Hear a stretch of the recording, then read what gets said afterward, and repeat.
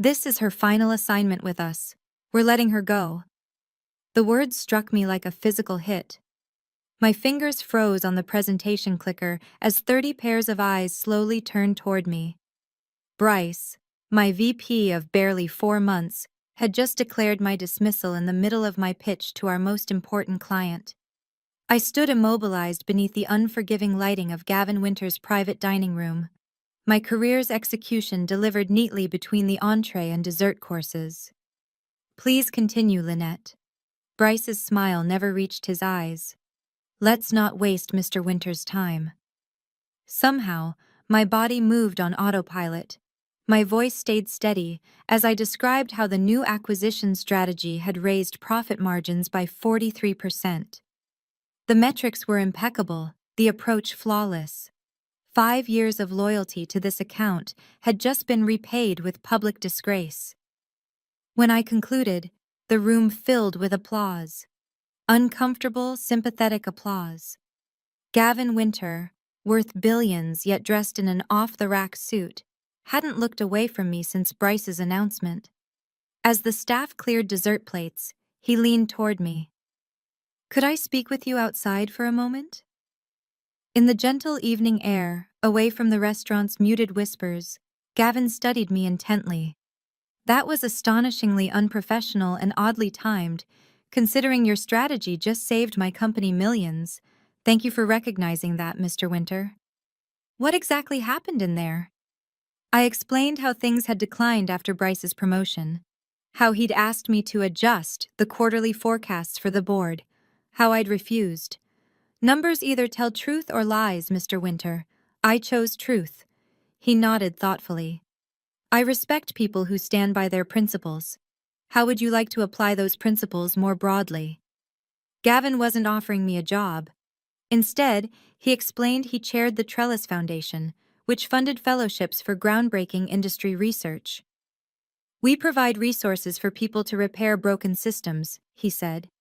Your approach to accountability deserves wider impact.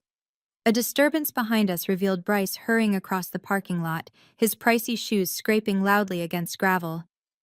Everything all right, Mr. Winter? His voice strained for casual ease. Perfectly fine, Gavin replied.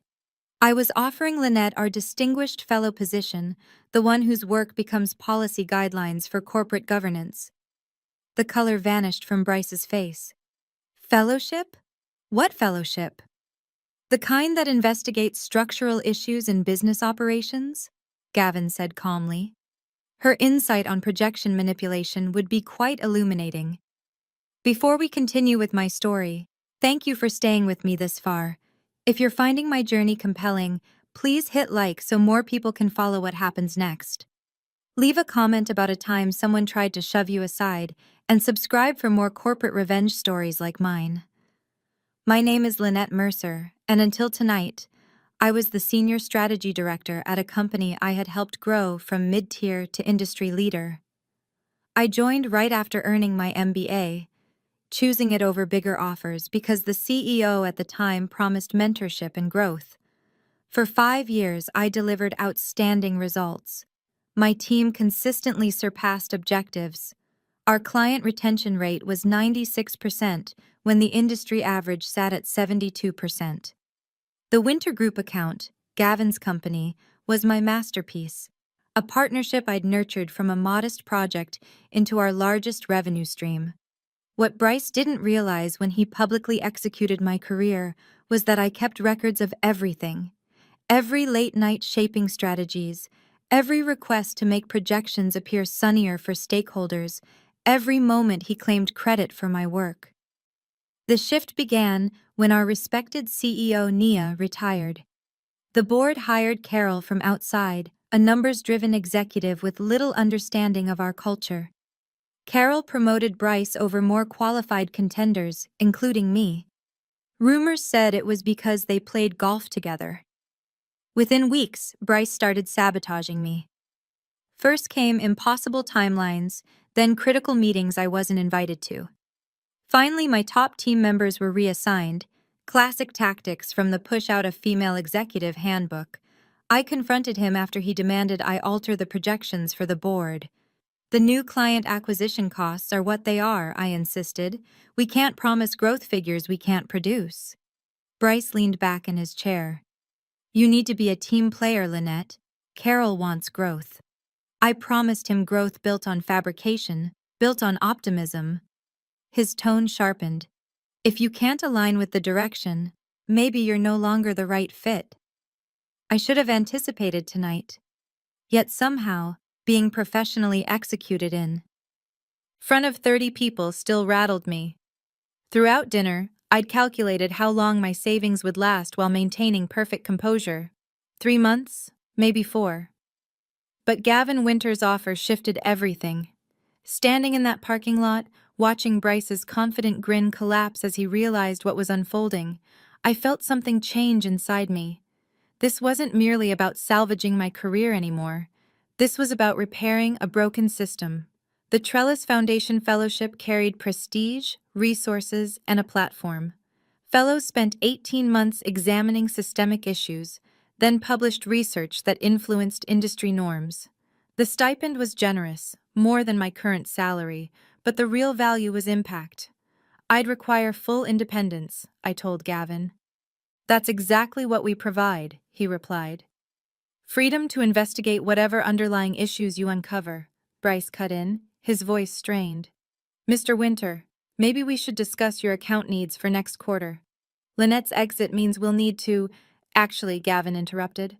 I'll be pausing any service expansion until I see how your leadership transition affects quality. 2 months later, I began my fellowship, my research focus, projection ethics, and market accountability. I interviewed executives across sectors, gathering proof of how projection manipulation warped markets and hurt long-term performance. I didn't mention my former company by name. I didn't need to. The patterns were universal. But when I released my preliminary findings, industry insiders recognized the examples. 3 board members from my old company called me privately. We had no idea how pervasive this was, one confessed. Meanwhile, Bryce was suffering. Without my strategies, the Winter account declined. Gavin had quietly removed 60% of their business, citing methodology concerns. 6 months into my fellowship, I received an unexpected visitor at my new office. Carol, Bryce's supporter and my former CEO, requested a meeting.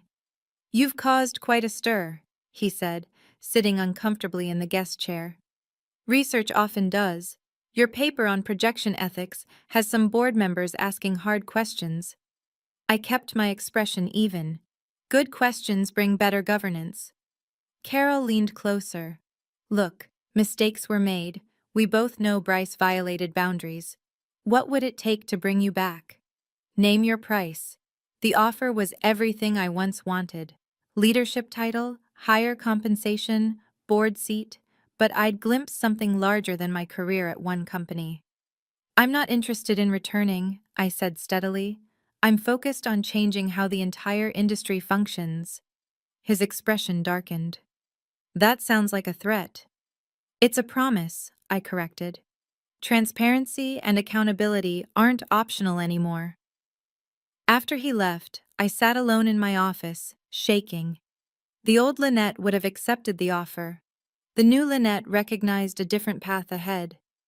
What Carol didn't grasp was that I wasn't seeking revenge on one man or one company. I was dismantling the system that empowered them. My fellowship report was nearing completion, and its recommendations would soon be adopted into regulatory policies. Companies would be required to implement new transparency standards in their projection processes. But the true test still awaited. I'd been invited to speak at the Industry Leadership Summit, the annual gathering where Bryce would inevitably attend, where I would finally face the man who believed he'd destroyed my career.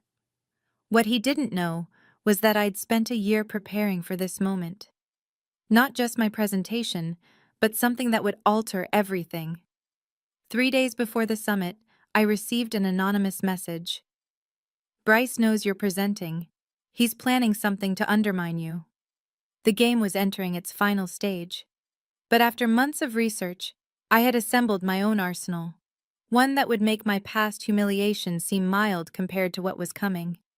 The Industry Leadership Summit was hosted at the Grand Meridian Hotel, a fitting venue for what was about to occur. As I stepped into the expansive lobby, memories of earlier events washed over me. Times when I attended as Bryce's subordinate, standing in his shadow while he absorbed credit for my work. Today would be different. Today, I was a featured speaker. My presentation was scheduled for the third day, giving me plenty of time to observe. I watched Bryce circulate through the room, shaking hands and slapping backs. His company's performance had steadily worsened since my exit, but his networking talents remained polished. On the second day, I attended a panel where Bryce was speaking.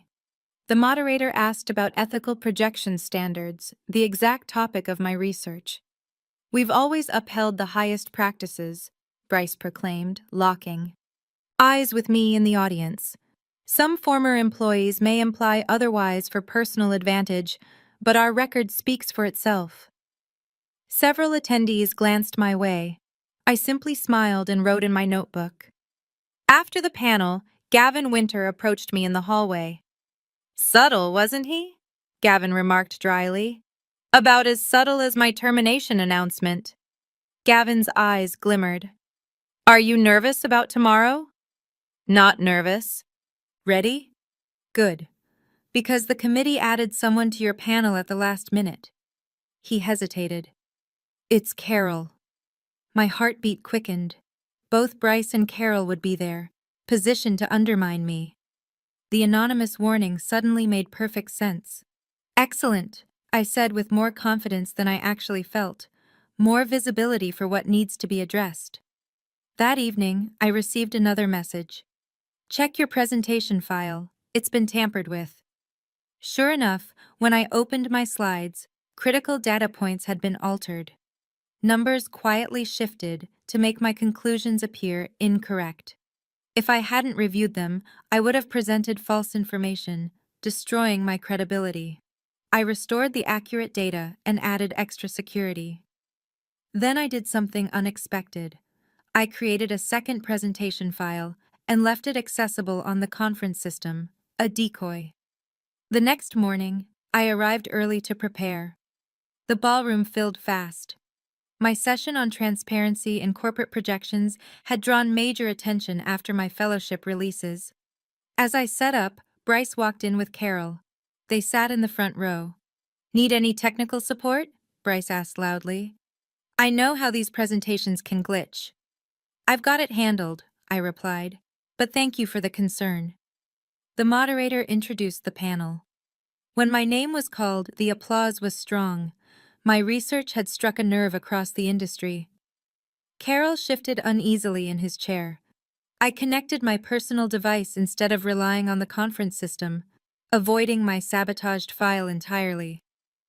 "Good morning," I began. "For the last 18 months, I've been studying how projection manipulation impacts market integrity. Today, I'll share not only findings, but actionable solutions." As I moved through my presentation, I noticed Bryce's bewildered expression. He had expected me to use the corrupted file. His planned victory, catching me presenting false numbers, wasn't happening. During the Q&A, Carol lifted his hand. "Miss Mercer, your research indicates widespread manipulation of projections. Isn't this simply a matter of optimistic forecasting rather than intentional deceit?" "That's an excellent question," I answered. "The difference lies in intent and pattern. When shifts consistently lean in one direction despite contradictory evidence, when the individuals making the shifts benefit from the dishonesty, and when objections are ignored, that's not optimism, that's manipulation." The audience murmured. Many recognized the pattern from their own workplaces. Bryce raised his hand next. "Your methodology seems flawed. You've cherry-picked examples to support your claim while overlooking normal industry behaviors." I smiled. Actually, I examined projections from 213 companies across 7 sectors. The statistical patterns are very clear, but I'm curious. Which specific part of the methodology concerns you? He hesitated, clearly having expected to attack my corrupted data instead of my methods. The sample size seems insufficient. 213 companies is insufficient. The typical benchmark for comparable studies is 45. I paused. But maybe you're right that more data could be valuable. Which is why I'm announcing today that the Trellis Foundation is launching an industry-wide transparency initiative. This was my surprise. A program requiring participating organizations to undergo projection audits in exchange for certification. Companies that passed would receive a transparency rating visible to investors and clients. Market forces can encourage ethical action when consumers and investors have visibility. I explained this certification will provide exactly that. Bryce's face tightened as he grasped the consequences. In the current environment, companies would feel compelled to participate. Declining would raise alarms. After the presentation, attendees surrounded me with questions and praise. From the side of the room, I saw Bryce and Carol in a heated conversation, repeatedly glancing toward me. As the crowd thinned, Mira, my former team member who had been reassigned under Bryce, approached timidly. "That was incredible," she whispered. "Things have deteriorated even more since you left. The new projections are complete fiction." "Are you recording the changes?" I asked softly. She nodded. "Everything, but Bryce is watching us constantly. Anyone linked to you is under suspicion. Be cautious," I warned. "This isn't over yet." Later that evening, I received an invitation to meet with the summit's executive committee. Walking into the meeting room, I found Gavin and 4 other industry figures waiting. "We'd like to discuss accelerating the timeline for your transparency initiative," the committee chair began. "Recent developments have increased urgency." "Recent developments?" I asked. "A whistleblower submitted materials this afternoon relating to projection manipulation at 3 major firms," Gavin explained, sliding a folder toward me. "Including your former employer." Inside were printed internal communications, dozens of exchanges between Bryce and Carol, explicitly outlining how to reshape projections and manage inconvenient data. The evidence was devastating. "Where did this come from?" I asked, genuinely shocked. "Anonymous submission," the chair replied, "but thoroughly verified." As I reviewed the documents, I realized they contained details only a small circle could access. Someone very high up had turned against Bryce and Carol. The committee explained they wanted to announce the transparency initiative immediately, with implementation starting next quarter instead of next year. "We need to stay ahead of this," one member insisted. "If these practices are exposed without a solution prepared, investor confidence will collapse." I agreed to the accelerated schedule, aware it would catch Bryce completely off guard. As the meeting wrapped up, Gavin held me back. "There's something else you should know," he said quietly. "The board of your former company is meeting tomorrow morning in an emergency session." My heartbeat sped up. Because of the whistleblower files, among other issues, their largest client just declared they're reviewing all service contracts. Their biggest client after Winter Group was Jensen Industries, whose CEO sat on the summit's executive committee. The pieces were aligning faster than I expected, but I wasn't celebrating. Bryce was backed into a corner, and cornered adversaries become dangerous. When I returned to my hotel room, the door was slightly ajar. I stopped, then gently pushed it open to find the room had been searched. Subtle, but precise. My laptop was in the same place but angled differently. The zipper on my suitcase was closed in a new position. My phone buzzed with a message. "Watch your back. This isn't just about projections anymore." I sat on the bed's edge, pulse pounding. The stakes had just risen sharply. Whatever Bryce was attempting went beyond professional interference. For the first time, I wondered if my mission for systemic reform had put me at real risk. Then my phone rang, an unknown number. I answered warily. "Miss Mercer," a familiar voice said. "This is Patricia Voss, chairperson of your former company's board. I believe we need to speak." I met Patricia Voss in the hotel's private lounge at 10 p.m. The room was empty except for us, the dim lighting forming isolated pools of brightness in the dark. Patricia was in her 60s, with sharp eyes that had observed decades of corporate maneuvering. I prefer direct conversations, she began without preamble. The materials submitted to the summit's committee were also delivered to our board. We've spent the entire day confirming them and… She paused. They're genuine. She sipped her water. What's less clear is your involvement. I didn't supply those documents, I said honestly, but I'm not surprised they exist. Patricia examined me closely. 3 board members want to clean house immediately. 2 fear market backlash if we remove top executives without preparation.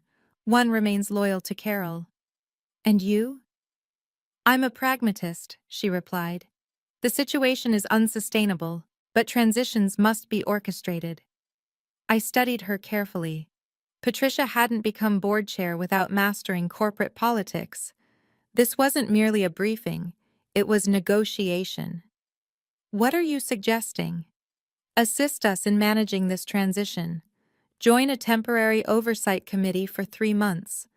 Once new leadership is set, you'd return to your foundation work with our full support for your transparency initiative.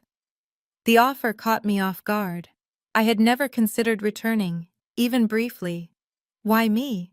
Because despite everything, you still care about the company.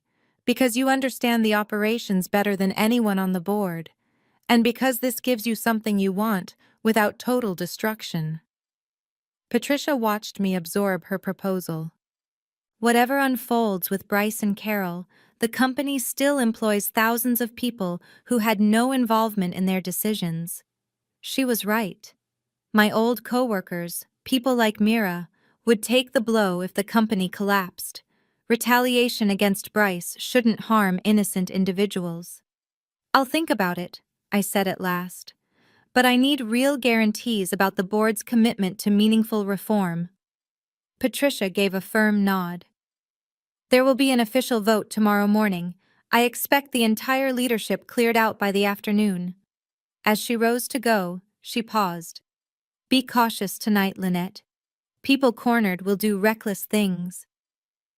I returned to my room on high alert, wedging chairs against the doors and dozing in uneasy intervals. The morning arrived with rumors spreading throughout the summit. Patricia had scheduled an urgent press briefing for 2 p.m. During breakfast, Gavin sat beside me. Get any rest? He asked, noticing the dark circles under my eyes. Enough, I replied. Have you heard what Patricia intends to do? Only whispers, but Carol and Bryce look on edge. He motioned toward the buffet line where both men stood locked in tense discussion. As I prepared for the day's sessions, another anonymous message reached me. Meet in the storage room behind Ballroom C, 12:30. Crucial information. I wavered, wary of the timing. The press conference was at 2 p.m. This could be genuine, or a setup. I chose to be careful. I forwarded the message to Gavin with a note. If you don't hear from me by 12:45, come here. At 12:25, I approached the storage room deliberately. The service corridor was empty. Most attendees were at lunch. I pressed my ear to the door but heard nothing. When I slowly pushed it open, I found not a trap, but Mira, visibly shaken. Thank God, she breathed. I wasn't sure you'd show up. You sent the messages? She nodded. From burner accounts. Bryce keeps tabs on all our communication. What's happening? They're wiping everything. Her voice quivered. After your presentation, Bryce and Carol ordered a server purge. They're calling it system maintenance, but they're deleting projection records. Their restlessness suddenly made sense. They were destroying evidence before the board convened. That won't protect them, I told her. The whistleblower files are already in the board's hands. But it's worse than that, she said urgently. When I was reassigned, I discovered they've been doing this for years. Carol created a billing algorithm that automatically increases client hours by 15%. The system was built to leave no trail during audits. This was far beyond projection manipulation. It was structured fraud. Can you prove it? She passed me a thumb drive. Original code, implementation timestamps, and transfer logs showing developer payouts for silence. As I accepted the drive, the door flew open. Bryce stood there, his expression twisted with fury. "I knew you'd be behind this," he growled at me, then directed his glare at Mira. "You're done, both of you." Mira retreated a step. "The board already has everything." "The board follows Carol," Bryce shot back. "Always has, always will. Your evidence will vanish just like you did." Before I could absorb his words, he lunged. I dodged, but Mira wasn't fast enough. He seized her arm, wrenching it until she cried out. "Let her go," I ordered, scanning the room for something to defend us with. "Or what?" he taunted. "You'll run to the board? The same board that let me fire you, the same board that—" The door burst open again. Gavin Winter strode in with 2 security officers. "I think that's enough, Mr. Harmon." Gavin's voice was glacial. "Release her now." Bryce held his grip for one final rebellious second before security moved in. He shoved Mira away and smoothed his jacket. "This isn't what it looks like," he insisted. "These ex-employees were stealing confidential information." "Interesting," Gavin replied, "considering we have the last 3 minutes recorded." He lifted his phone, the screen showing video of Bryce's threats. The 12:45 check-in I'd sent Gavin had triggered his concern when I didn't reply. Within minutes, Summit Security had removed Bryce from the building.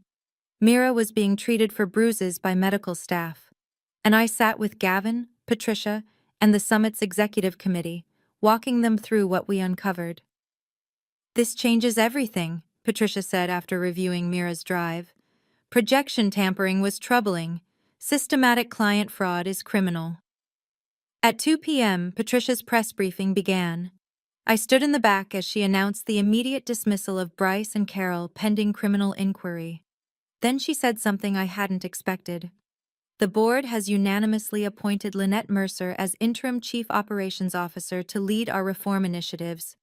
Her experience in ethical practices and deep familiarity with our systems make her uniquely suited to guide this transition." Cameras swung around, searching for me. Gavin nudged me forward. "This wasn't our deal," I whispered to Patricia as I neared the podium. "Situations shift," she murmured. The board vote was unanimous. As I faced the reporters, the weight of the moment settled in. 18 months ago, I had been publicly disgraced and dismissed. Now I stood as the chosen steward of the same company that cast me aside. I addressed the press with steady assurance, outlining immediate transparency actions and investigative protocols. As questions erupted, I spotted Carol slip into the rear of the room, his skin pale as he watched his empire collapse.